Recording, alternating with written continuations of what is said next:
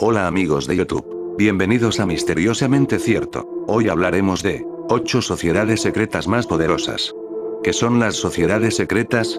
Una sociedad secreta es una organización que exige a sus miembros ocultar ciertas actividades, como los ritos de iniciación para los candidatos, o los objetivos de la misma. A los miembros se les puede exigir ocultar o negar su vinculación, y frecuentemente deben mantener los secretos de la sociedad bajo juramento.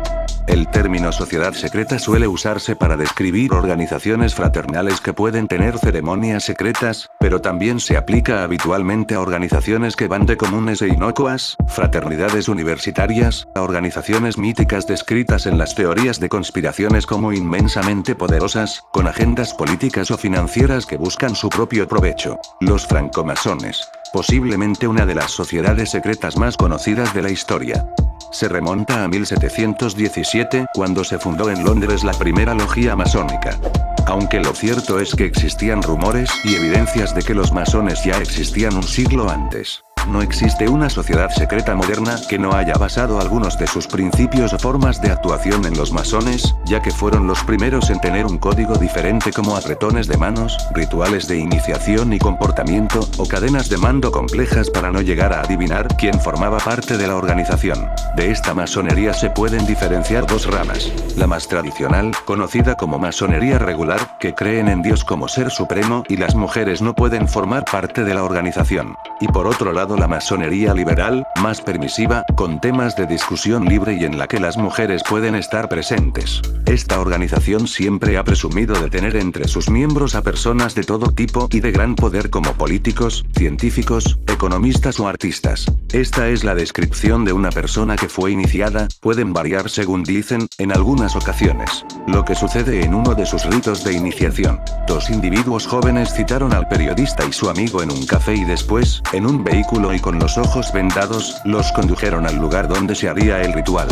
Los llevaron a un edificio, retiraron la venda de sus ojos y de pronto, se encontraba sin su amigo con solo una vela iluminando todo. Una mujer obesa pinchó su dedo y frotó la sangre contra un papel que tenía el juramento de los masones escrito. Ella abandonó la habitación para que se quitara la ropa, unas manos lo tomaron y trasladaron hasta un cuarto amplio donde una voz masculina comenzó con la ceremonia con versos extraños.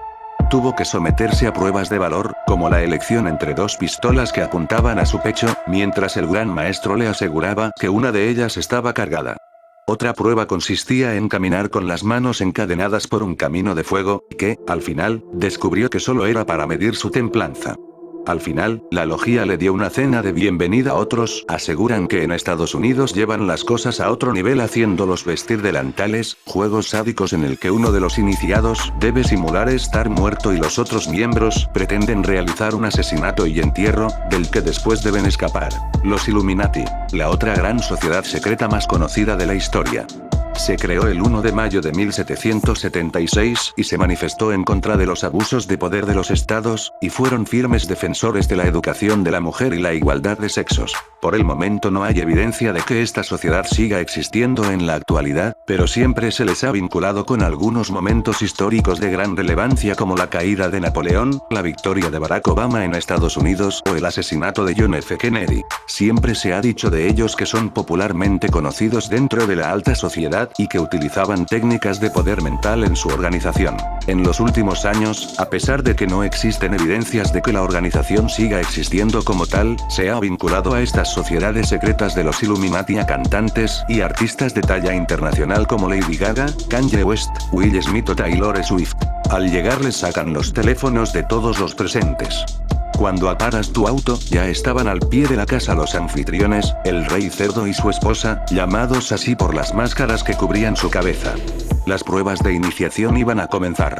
Al llegar les recibieron bailarines de fuego, una especie de acróbatas que iluminaban su camino en la noche. Un hombre con máscara de ratón empuña una espada que dirige hacia tus manos y recita un juramento por el que te comprometes a guardar con cauteloso secreto todo lo que allí tenga lugar. A partir de ese momento, cuenta Jacobs, la experiencia dependerá de lo que vivas y cómo lo vivas. Tomas tus propias decisiones sobre la manera de interactuar con el entorno y la actitud que tengas. Puedes tener una actitud de cortés, mística, puedes hacer maldades, la experiencia de cada huésped será diferente en base a esto. Antes de llegar allí, cada participante debía elegir un animal, que correspondería con la máscara que llevará toda la noche, y define los rasgos de la personalidad de cada participante, lo que también será decisivo en el transcurso de la fiesta. 2 trapecistas comenzaron a descender del techo con lianas de seda roja, un show espectacular para los comensales. Según avanzaba la noche comenzaron a circular rumores de todo tipo. Se hablaba de sacrificios humanos llevados a cabo por los líderes de cabeza de animal, y debíamos tomar decisiones sobre nuestra lealtad a ellos. Había bailes privados en algunas habitaciones y todos los huéspedes tenían una copa de vino de cóctel en la mano, que nunca dejaban que estuviera vacía. Skull and Bones. Se dice que Skull and Bones es una de las sociedades secretas más activas de Estados Unidos. Surgida en el seno de la Universidad de Yale, sus miembros se eligen entre familias poderosas y por la que se aseguran una estabilidad económica de por vida. De esta universidad norteamericana han surgido algunos de los políticos, jueces y economistas de la sociedad americana, todos de carácter conservador y que han sido fuertemente vinculados a esta organización. Sus patronos son Demóstenes, orador y filósofo griego, y Aristóteles, padre de la lógica filosófica, el año de su muerte, 332 AC. Aparece en el emblema de la organización, junto a la famosa calavera, que se utiliza como imagen perpetua de su sociedad. La sociedad mantiene una empresa, Russell Trust Association, que fue constituida en 1856 y mantienen una isla privada en el río San Lorenzo, donde sus miembros pasan largas vacaciones rodeados de sus compañeros de organización. Entre sus ilustres nombres encontramos a George Bush, padre e hijo, John Kerry, y algunos miembros de la Corte del Tribunal Supremo de Estados Unidos. El rito consiste en que el aplicante se recueste en un ataúd y se masturbe mientras le cuenta a los asistentes sus más íntimos secretos sexuales. El punto es que aquel que lo hace, venda su alma al diablo, quede absolutamente expuesto y vulnerable ante sus nuevos hermanos, se sacrifica y se ofrece a los otros. Cada iniciado, después de terminar la ceremonia, recibe $15,000 libres de impuestos. Club Bilderberg. Desde 1954, se cuenta que una reunión secreta de altos empresarios, políticos, miembros de la cultura de relevancia, personas de la realeza y banqueros, se lleva a cabo cada año para hablar sobre el funcionamiento del mundo y tomar decisiones relevantes que puedan afectar a la vida de millones de personas en todo el mundo. Estas reuniones, siempre envueltas en un oscurantismo que ha dado pie a diferentes teorías de la conspiración, en las que se cree que los miembros de este Club Bilderberg son los responsables de lo bueno y lo malo que pasa en el mundo. En esta reunión, que comenzó a celebrarse en Países Bajos y que cada año cambia de lugar, se reúnen 130 personas, las más influyentes del mundo según dicen. Se puede decir que no se trata de una sociedad secreta como tal, ya que sus reuniones son conocidas, pero guardan con excesiva opacidad los proyectos y temas que tratan cada año. Algunos de los detalles del Club Bilderberg: a la reunión no puedes ir en tu propio coche. Se llega con un coche proporcionado por el club, al cual se le distingue por tener una V en la luna delantera. Una vez estés reunido en esos 3 días no puedes irte de allí. El aceptar la invitación implica un compromiso de asistir y participar en todo. No hay traductores. Es imprescindible hablar inglés perfectamente. Hay que ir de etiqueta. A los miembros del club no les gustan los nacionalismos. Una de las frases de los fundadores, el relaciones públicas del club El Príncipe Bernardo, era: quitemos las barreras del comercio, expandamos el libre mercado y esa será la mejor garantía para acabar con los nacionalismos. González ha sido el presidente más apoyado por este club y sigue trabajando con ellos. El siguiente objetivo de Bilderberg es China. La llegada al trono de Juan Carlos I fue decidida antes en el Club Bilderberg que por Franco. Familias como los Rothschild, los Orange-Nassau o los Rockefeller y empresas como British Petroleum, American Express o Coca-Cola, han estado presentes prácticamente desde la primera edición. Se habla de sociedades secretas detrás del club como Skull and Bones, Bohemian Grove, John F. Kennedy, Lyndon B. Johnson, Richard Nixon, Gerald Ford, Jimmy Carter, Ronald Reagan, George Bush padre e hijo, Bill Clinton y Barack Obama han estado en el club.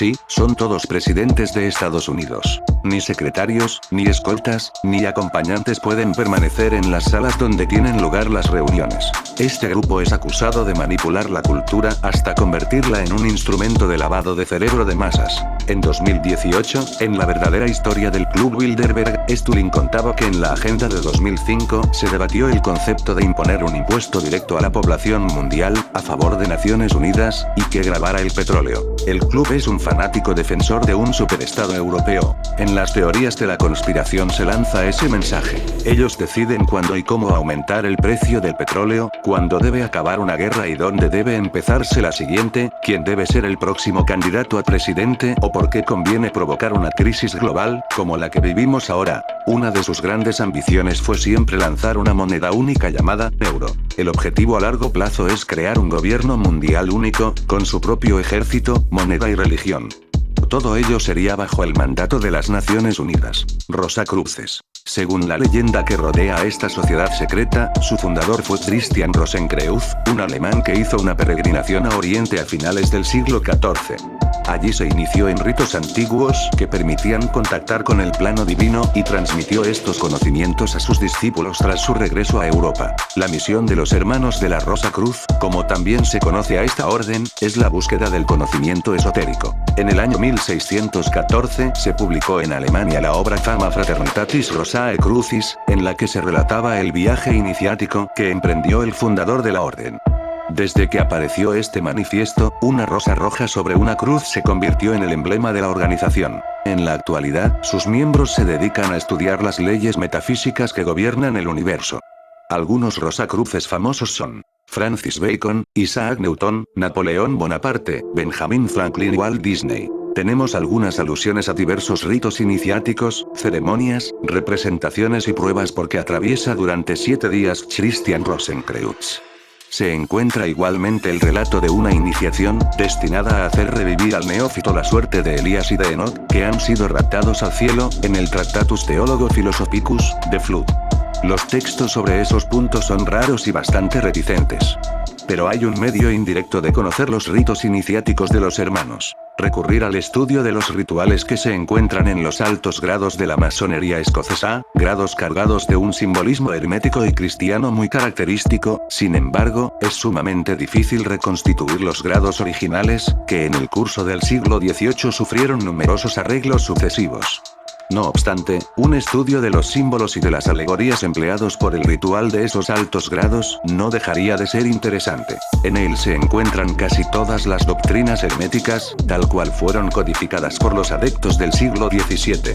He aquí, a título ilustrativo, la descripción, según Guillaume, de la Jerusalén celeste, tal cual está representada en el capítulo de los Rosacruces. En el fondo, de la última habitación, hay un cuadro en el que se ve una montaña por la que corre un río, a cuya orilla crece un árbol que lleva 12 clases de frutas. En la cima de la montaña se halla un zócalo compuesto de 12 piedras preciosas en 12 hiladas. Encima de ese zócalo hay un cuadrilátero de oro, que lleva en cada uno de sus lados 3 ángeles con los nombres de cada una de las 12 tribus de Israel. En ese cuadrilátero hay una cruz, en el centro de la cual está acostado un cordero. Esta descripción, inspirada en el libro 21 del Apocalipsis de San Juan, debe relacionarse con los desarrollos de Flood en su Tractatus Theologo Philosophicus. Ese grado de Rosacruz, del que la joya reproduce precisamente el símbolo del mismo nombre, es característico con su esoterismo cristiano y su cena mística. Caballeros Templarios. Un noble francés llamado Hugues de Payens fundó la orden militar de los Caballeros Templarios, los monjes guerreros, en el año 1118, con el objetivo de proteger a los peregrinos que cruzaban la Tierra Santa para visitar Jerusalén. En un principio solo eran 9, pero muy pronto fueron aumentando en número. En 1128, tras la primera cruzada, la orden había acumulado mucha riqueza y poder. Fue entonces cuando los caballeros del Temple entraron en el negocio de la banca, estableciendo sedes en todo el continente europeo.